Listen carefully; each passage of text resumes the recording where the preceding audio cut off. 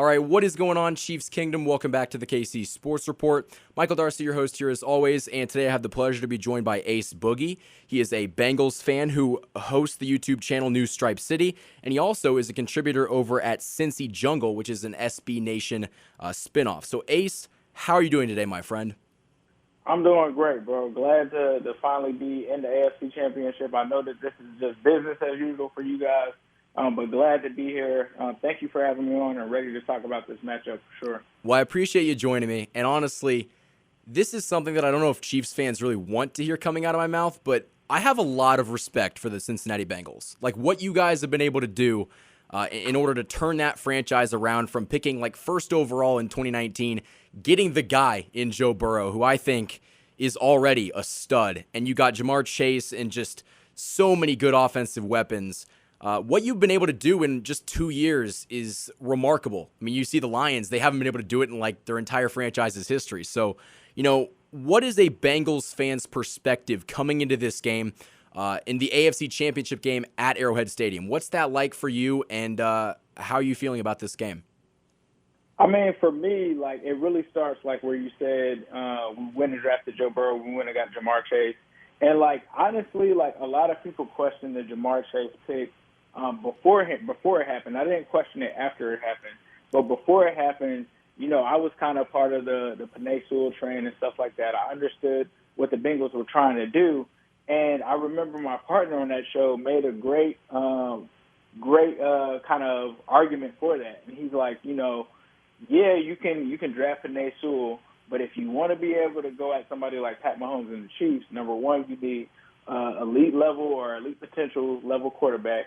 And you need someone like Jamar Chase because he's got Tyreek Hill, he's got Travis Kelce, and all of that. And, like, honestly, it's true. Like, the Chiefs, like, as we were talking before we got on, the Chiefs were, like, the class. So there's mutual respect from both sides because the Bengals doing what they did with the 3 picks and all of that, and even the last matchup that we had, you saw that the coach decided, like, I'm not giving Pat Mahomes the ball back.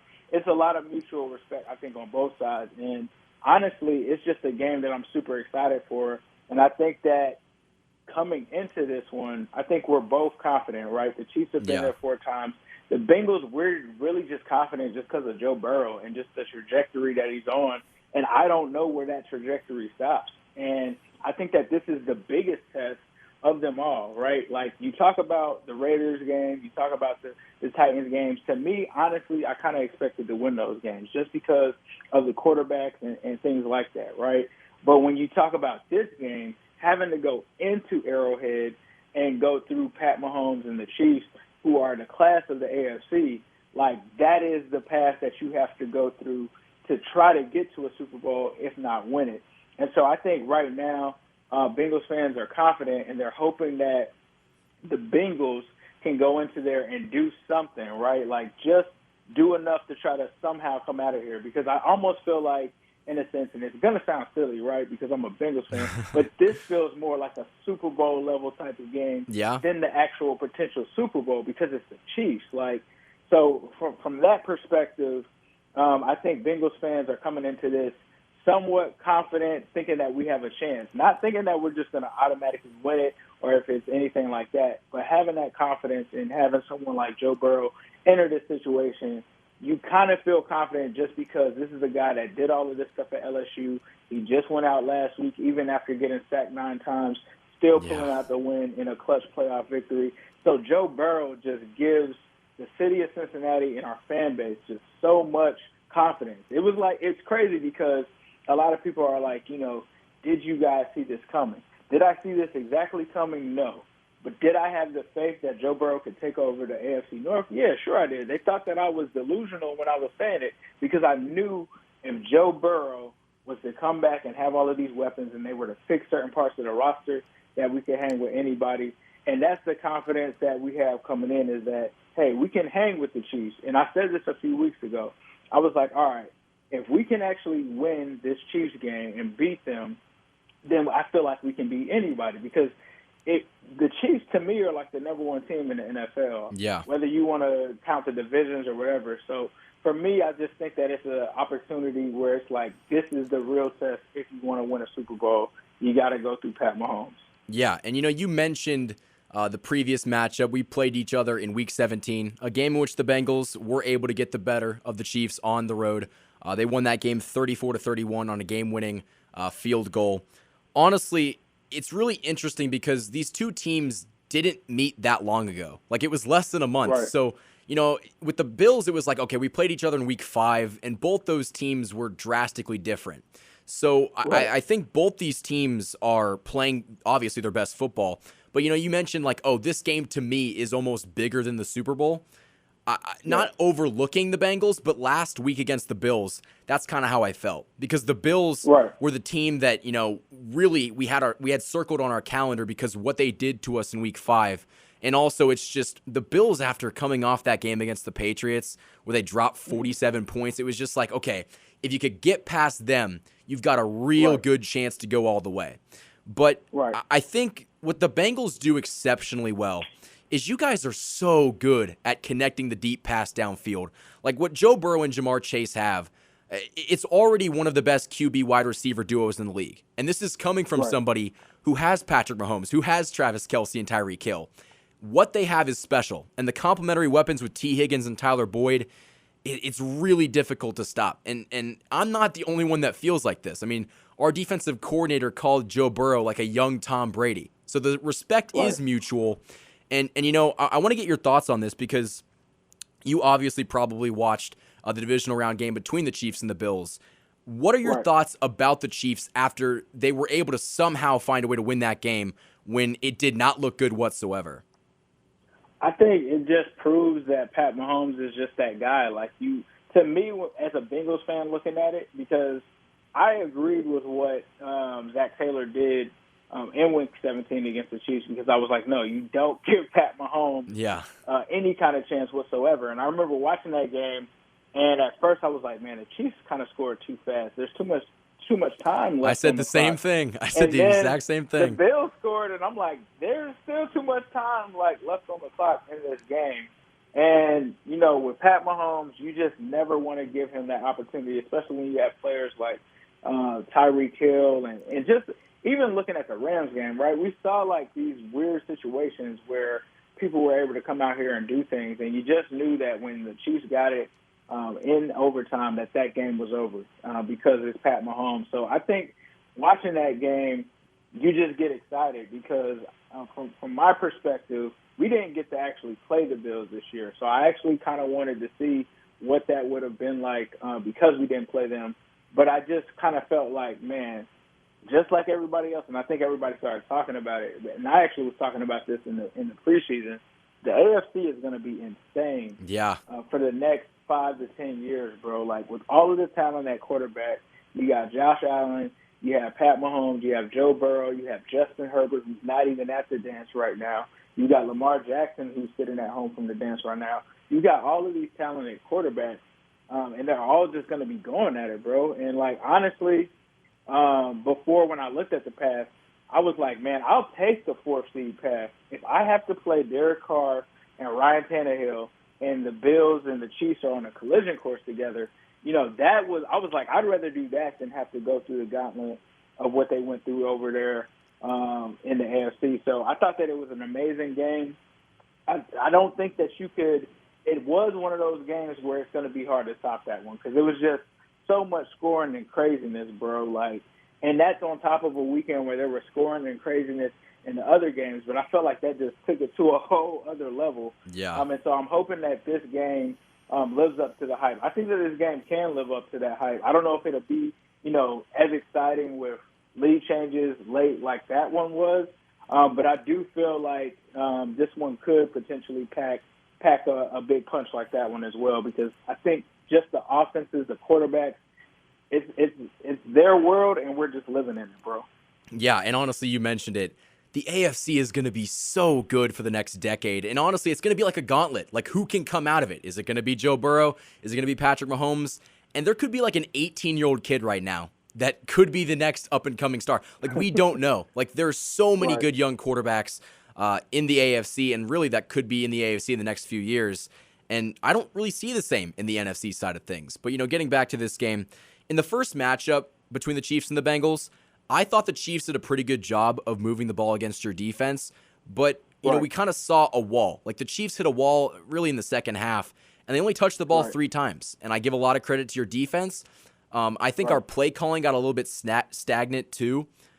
But, what are your thoughts on the Chiefs' offense, and what do you think is a realistic expectation for your defense? Because I'm under the impression that in order for the Bengals to have any chance to win this game, they're going to have to drop 30, because the Chiefs are at least going to drop 30. I think this is a game in which both these teams are going to have to be in the late 20s, early 30s, and this game could easily get within the 40s.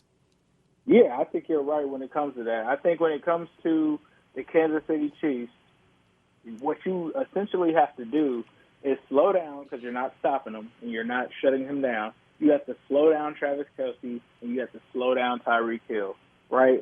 And you have to slow these guys down when the game is on the line in the playoffs at its biggest moment, right? And I think that that's what the key really is for the Bengals defense. They're not going to be perfect. You're going to get scored on, but at least try to stop this offense once or twice or 2 or 3 times to give the ball back to your offense to try to do something. And with our offense, we've got to be able to score and keep up and do some of those things. So I think as far as defensively, do what you can to try to isolate and focus on those 2 guys. You're going to get probably hurt by Mecole Hardman. You're probably going to be hurt by Pringle as well. But I'd rather get hurt by those guys than let it be Tyreek Hill or Travis Kelce, because those guys are game breakers, and they can really just tear this game open. I think the other thing, as you know, you can't really blitz Pat Mahomes. You got to try to get there with your 4. You got to try to take advantage of any possible turnovers if they do happen. And I think that that's major in this game. And I think, like I said, offensively, you just got to keep going. I think one of the issues for me in our game when we last matched up is the Bengals have had an issue at certain points during the season, for the most part, mostly the early part of the season, where they would fall behind in the first half. And they did that against the Chiefs, and that is what was crazy to me, that we were able to come back, because the Chiefs aren't a team that you actually would come back from, right? If they score, it's hard. It's really hard. Rolling, it's too hard to come back. And so I think offensively, you cannot fall down early, especially at Arrowhead. This game is on the road. So I think, defensively, try to limit Travis Kelce as much as you can, Tyreek Hill as much as you can. Do your best job on those guys. Make it so that those other guys have to beat you. Obviously, try to force 3 if you can. If you can't, just try to do whatever you can against those guys. I mean, it's the Chiefs at the end of the day. And then offensively, like I said, just be consistent, score touchdowns, and try to get some kind of lead on this team if you can. If not, you're just going to have to go blow for blow with them. I think it's possible, too. It's ridiculous how in the first game, Joe Burrow threw for 466 and 4 touchdowns, and Jamar Chase had 11 catches for 266 and 3 touchdowns. And it's crazy because right now, I'm coming into this game thinking that if the Chiefs can hold Jamar Chase to 150 yards receiving, they're still going to have a really good chance to win this game. That's how absurd Jamar Chase is. And I've said this on multiple different occasions. I said this on Twitter during the game. He reminds me of a young Randy Moss. He really does. Yeah. How can you have a guy come in his rookie year and already be a top 10 wide receiver in this league, and he's only getting better week by week? Now, I will say, and this is something that I noticed, not just in our game, I noticed it in the Raiders game and in the Titans game as well. Jamar Chase does push off a little bit, but at the same time, it works. It sounds bad, but whatever works, and it's really hard to call offensive pass interference, and I think that that's just one of the things that he does. But it is going to present a somewhat difficult challenge for our DBs, because they're going to have to say, hey, Jamar might shove you a little bit, but you got to find a way to kind of stick with him. But in that first game, there were some really good coverages on Jamar Chase, and he just went up there and got it. At the end of the day, there's only so much we can do.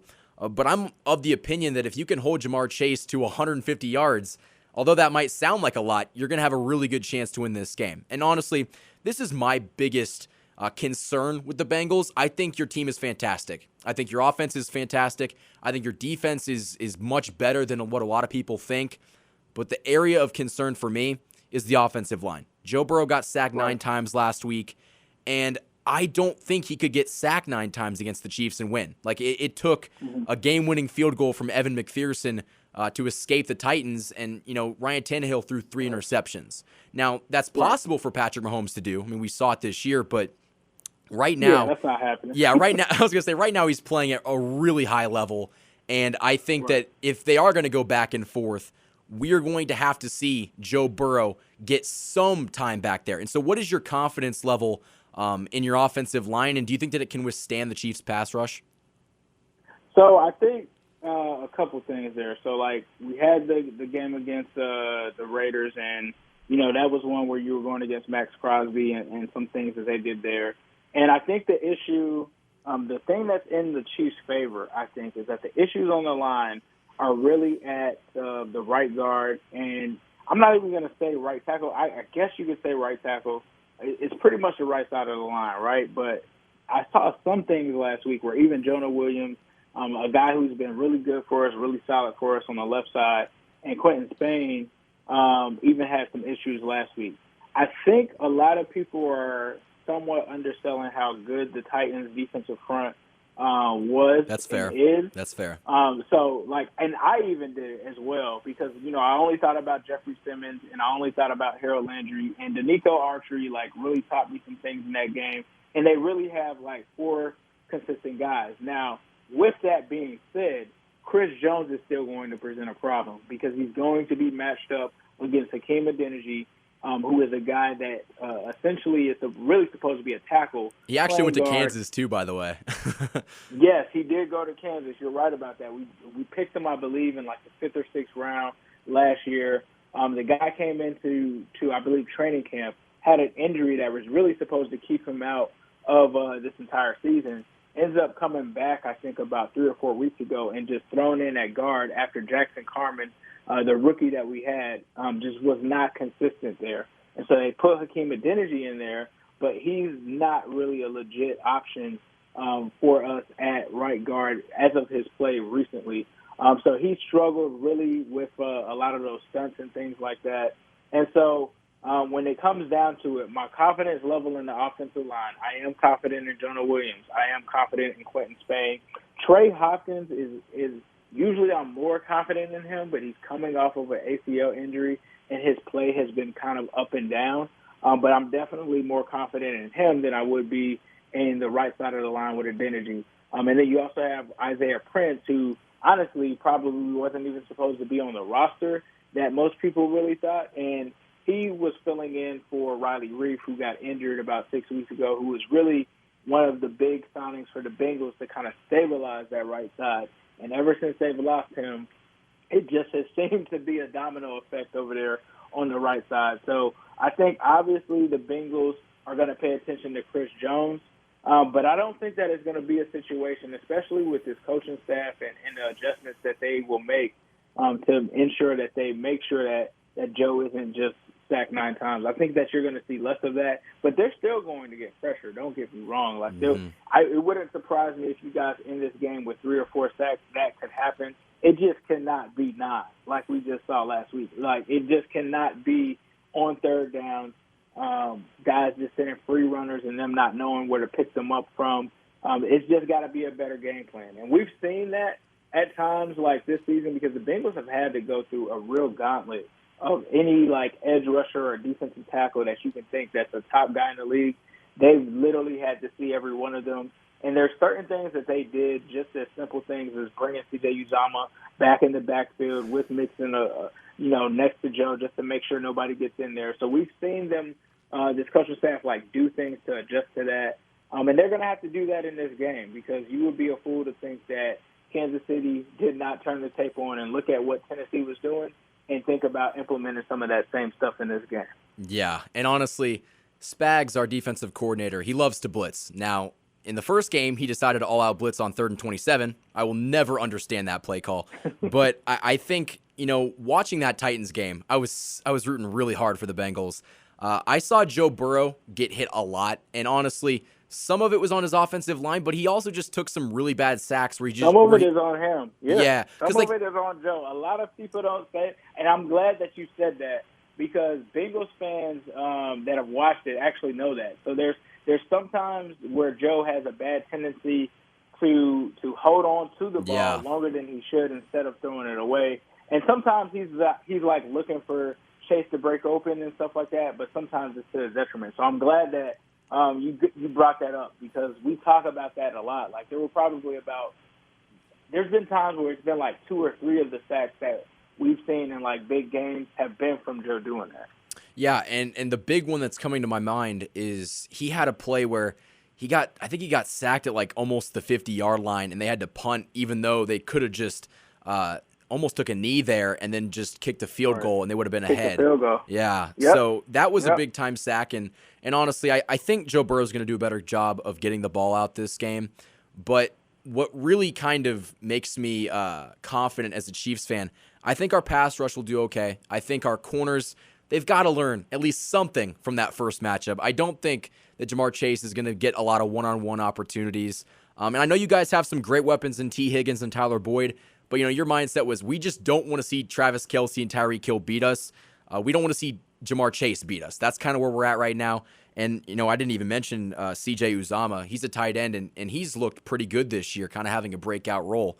I think the Chiefs, as long as they don't let Jamar go for 260 again, I guess that'll be a success. But I think realistically hold him down. No one's really talking about it, but Stephon Diggs in that last game had like 3 catches for 7 yards. So I think that if the Chiefs really game plan towards Jamar Chase and they kind of make it their goal to at least limit him a little bit, they're going to have a chance to be successful in this game. Now, again, there's a chance that T. Higgins and Tyler Boyd go off, but I think, and Joe Mixon too, I haven't even brought up Joe Mixon. They could use him on the ground too. There's always that chance, but I think that's the risk the Chiefs are willing to take. So, really quickly, we've gone over a lot of the ins and outs of this game. What do you think scares you the most about the Chiefs? I don't want to hear, Patrick Mahomes, because Patrick Mahomes scares everybody. But what is something that really scares you from a Bengals fan's perspective about this game coming from the Chiefs? I think for me, it would definitely be Travis Kelce because the Bengals have also had to see pretty much all of the elite tight ends this season. And surprisingly, like Kelce didn't have a super dominant game against us. So that is what worries me is like, the chances of us. It's almost like he's due. Like we did before. It's like he's due. Right. Exactly. Same thing for Tyreek Hill. I think those 2 guys are the guys that scare you the most. Outside of that, I think that's probably what scares me the most is Travis Kelce and Tyreek Hill on that offense. Because if they just keep going to work and doing their thing, then it's just going to be hard to kind of make sure that you come back against that. It's just truly that tough, especially with somebody and players dynamic as those 2. That's really fair. And honestly, the Chiefs are going to get some guys back in this game. Darrell Williams hasn't played in the entire postseason. He got banged up in that Week 18 game against the Broncos, but he actually had one of his best rushing performances in his career against the Bengals. And a guy that has really kind of emerged onto the scene lately is a guy by the name of Jerick McKinnon. You may or may not have heard of him, but he's a guy. Watch him in the flat in this game, because if Travis Kelce and Tyreek Hill are being covered downfield, Mahomes is just going to dump it off to McKinnon and see what he can do in the screen game. I think that's going to be an area in which the Bengals are going to have to adjust quickly, because if they don't, we saw it in overtime. He is a guy that actually worries me on the low. I think McKinnon is a guy because one of the things that I'll say, like a lot of people are probably wondering, like, how did the Bengals lose to the Jets? And generally, I've been fully confident with the defense. The only time that the defense looked shook was really kind of that game. That game, and I'd probably say a little bit of the Packers game. And the funny thing about that is, if I'm not mistaken, I believe the offensive coordinator or something for the Jets is like the brother of the coach of Matt LaFleur or something for the Packers. And it's like essentially it seems like they talked to each other and they figured out that throwing running backs in the flats were just like an Achilles heel of this defense. They really ate us up with it now. In the Bengals' defense, or in Lou Anarumo's defense, I haven't seen too many people take advantage of it much more after that, but I could see McKinnon being one of those guys because I remember him even when he was in Minnesota, being one of those guys that really can get out in space and really give us issues and be like that guy that you're not accounting for to make some big plays. Yeah, and honestly, I want to jump back to the tight ends here really quickly. I remember reading a stat before the first meeting between these two teams that the Bengals were one of the worst teams in the league at covering tight ends. We saw it against like George Kittle and Mark Andrews. But what is your concern level with your defense? You know, we kind of talked about Travis Kelce and how much he scares you, but do you think that the DBs are going to struggle against Kelce in this game, or do you think that, you know, they can kind of keep him under control? So I would say this. I feel like I'm confident that Jesse Bates playing at the level that he's playing at now, he's actually playing a lot better in the playoffs than he was really in the regular season. And having Von Bell there and utilizing a guy that we actually use in Trey Flowers, who's kind of a bigger corner. He's kind of like 6'3". Between the mix of those guys, they'll probably likely have a combination of those three guys on them, possibly Logan Wilson, but I think it'll be, for the most part, those guys there. You're never gonna shut down Travis Kelce, right? You just can contain him. But I think that I trust those guys to at least do a good job. Could Travis Kelce catch a touchdown on them? Sure, but you just can't have him do, like you said, what George Kittle really did to us. George Kittle in that game kind of started off slow. I mean, we did a great job against him early in the game, and then later in the game he just explodes, and that is what we can't have happen against Travis Kelce. That's very fair. And I've heard a lot of people, and this is not just directed at you, but I've heard a lot of people say, we got to stop Travis Kelce. And it doesn't usually work out very well. But, you know, I think these teams... You're not going to stop him. These teams are really going to be fun to watch in the future. Now, I kind of think that the Bengals are a year ahead of schedule. I was predicting them to be really good next season and them making it to the AFC Championship game. And really the first year that Joe Burrow has been healthy, it really surprised me. And I think that, you know, you guys have got the team, but I think that right now, after what I saw last week against the Bills, this is the Chiefs' time. But, you know, I think that the Bengals are going to come in and give it their best shot. And a team playing with house money is a team that is dangerous. And I do think the Chiefs have to acknowledge that. But, Ace, what are your predictions for this game?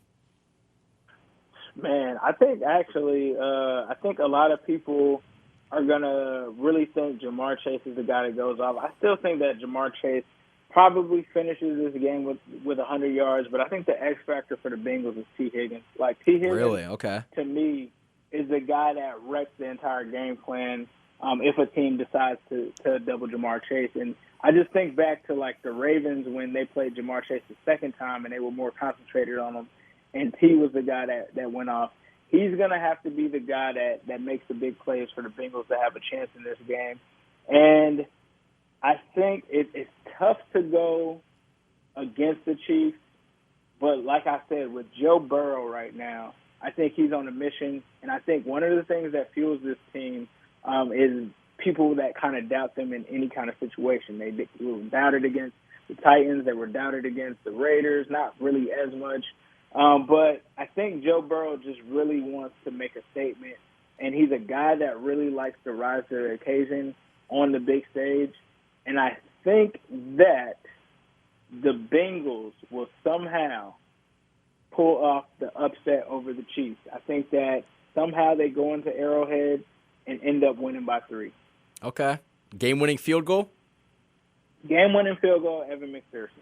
What is your final score?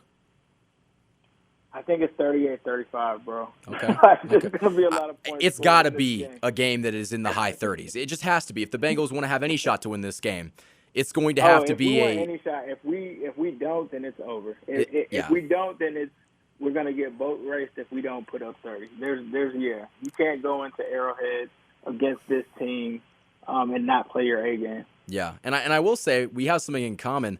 Both of these teams have been doubted. The Chiefs are at 1.3-4, and everyone's like, oh, Mahomes is broken, and the Chiefs are just done, and look where we are right now. Like, we're in the AFC Championship game hosting a team that no one believed in, really. You know, I had, you know who Malik Wright is of the Right Way Sports Network? Yes, sir. I had the pleasure of talking with him before the season started, and I think he said that you guys are going to be a playoff team. And I just remember kind of like smiling a little bit, and I thought you guys would be better than anticipated. But what we've seen in the first year of the Joe Burrow, Jamar Chase reign has been really impressive to see. But, my last question for you is one that I find very fascinating. You actually created a T-shirt that Joe Burrow was seen rocking. It has kind of that Definitely. Culture 3 Migos vibe. Kind of talk about the creation of that shirt, and also I kind of want to talk about the Migos. And do you like Culture 3? I didn't think it was a great album, but, everyone has their favorite, I guess. Yeah, I think for me, like, I was vibing to Culture 3 at the time. Like you said, I mean, it's not something that I would call a classic album or I anything. think Culture 2 is better. I was a Culture 2 guy. Okay. Not too mad about that. I thought it was a pretty decent album. I had some jams on there for sure. But during the time, it was just like a lot of people were trying to find a nickname for the trio receivers for the Bengals. And, I just felt like the Migos at the time, the album had dropped. At the time, I was just like, it's three of them. I'm like, there's no better nickname for a trio than the Migos. And so, like, I decided, to draw inspiration, like you said, from the Migos album cover. But I wanted to make it obviously based off of the players and the receivers themselves. And so at first it's funny because I actually was trying to find designers to kind of do it. And nobody would hit me back and do it. So I decided to just do it myself. Ended up making up the art. And my channel, New Stripe City, like a lot of my old thumbnails, if you go back, I always did like a lot of like comic book art and stuff like that. And it was actually my wife that was like, that's kind of your signature thing. So I decided to do that. And then, like, if you look at the Migos album cover for Culture 3, like, they have chains on. They do. And, like, I knew that our players had specific chains. And I'm like, I'm not just going to put some random chains on them. I'm going to put their own chains. And at the time, Jamar Chase had got that Chosen One chain, and I just was in love with that chain. And I wanted the players, because I had a feeling that they would see it, and I wanted it to be something that would resonate with them, just to see, like, somebody put some time and effort into this. So ended up making it, and it's crazy, bro, because I actually originally wasn't even going to make it a shirt. I just wanted to see what it would look like. Wow. And everybody liked it. And so I decided to make the shirt.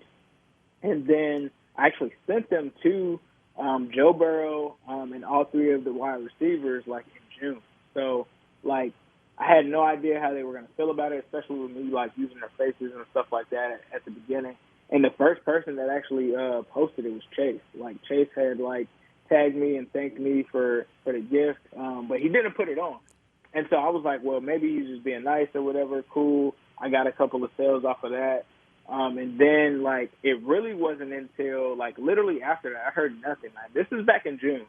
When we played the Ravens the second time and beat them, and all three of them had a good game together, later that night, my phone started blowing up. And I'm like, what's going on? And I see Tyler Boyd wearing the shirt that I sent him, like, turning up, celebrating, like, the night after the game. And I just thought that was going to be it. And my mind was blown off of that. And I was just excited off of that, right? And then, ironically, we're playing the Chiefs the next week, right? I'm at Disney World with, like, my wife celebrating her birthday weekend. And all of a sudden, I start getting back-to-back calls. And I'm like, what's going on? So they're like, and, like, as soon as I'm, like, calling the people back, I finally look at my phone and see Joe Burrow wearing my shirt that I sent him, all the way 6 months back. And it was just a crazy moment, bro. Like, it went viral. It was insane. And it just, like, that's just the type of guy Joe is. Like, if he rocks with the little guy, like, he's going to stand up for you. So, like, he didn't have to wear that. It's love to me. My mind was blown because it was like, he took it home and decided to wear my shirt specifically for that game. Tyler Boyd did the same thing. Like, it was mind blowing to kind of see them actually rock them. And after that, it's just been insane since. There's still people buying shirts to this day. It's got to be wild to see the quarterback that you root for wear the design that came from your brain. Like, that's got to be such a surreal feeling. Bro. It was a very surreal feeling. Like, not only does that happen, and I felt like it kind of made like a statement just to the fan base because everybody was nervous. Everybody was like, man, this is the Chiefs that we're playing. AFC division is on the line. Like, there was so much going into that game, and it was just like Joe wearing, like, used my shirt essentially to give confidence to like fans in the city of Cincinnati, like, hey, we have some guys that can ball too, and for them to go out and then win that game, and not only win the division at the same time, and then afterwards him like be turning up in the locker room with my shirt on was just insane, bro. Like knowing that Joe Burrow thinks that I did something that was cool and was willing to put it on before a game of that magnitude, bro, it just was insane, bro. That's wild. Ace, I really appreciate your time. Where can people find you? Yeah, you guys can find me on newstripecity.com. You can also find me on YouTube at New Stripe City. I also do, as you talked about, a podcast with Cincy Jungle. We actually just had TJ Husmanzada, the former Bengals wide receiver, on talking about this game. So you can find that wherever your podcasts are, and then you can also find me on Twitter at New Stripe City. Guys, go follow him on all of his social media platforms. He is the heart of the Bengals, and I really appreciate him for coming on. Until next time, guys, thanks for watching.